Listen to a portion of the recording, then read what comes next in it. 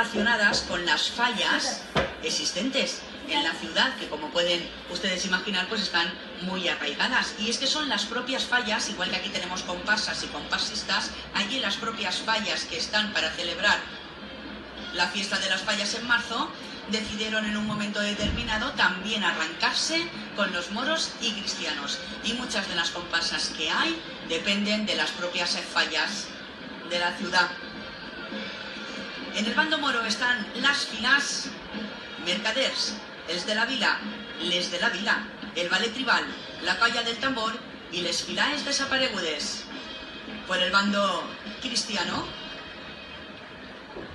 tenemos las filás rei en Jaume I i Naviolant, conqueridors, creuats riberencs, contrabandistes bandolers, corsàries de la Ribera, el ballet cristià y els tambors de batalla. Esas son las comparsas o filás, que ellos los llaman filás directamente, que existen en las fiestas de moros y cristianos de la Vila d'Alzira. Y ha venido una representación primero con las banderas de sus fiestas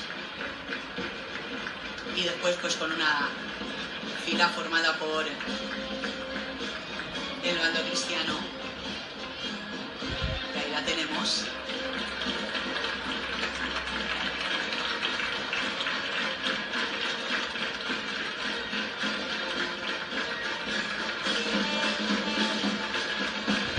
Y otra representación del otro bando que existe en las fiestas de su pueblo.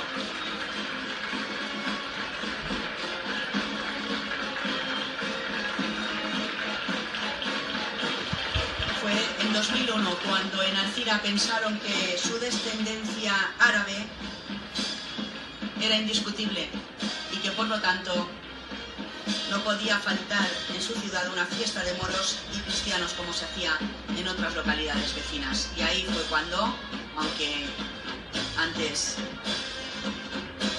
ya hay algunos antecedentes de algún año en el que se celebraron fiestas, pero a partir de 2001 fue cuando ya se instauraron, hasta el día de hoy, las fiestas de moros y cristianos en Alzira.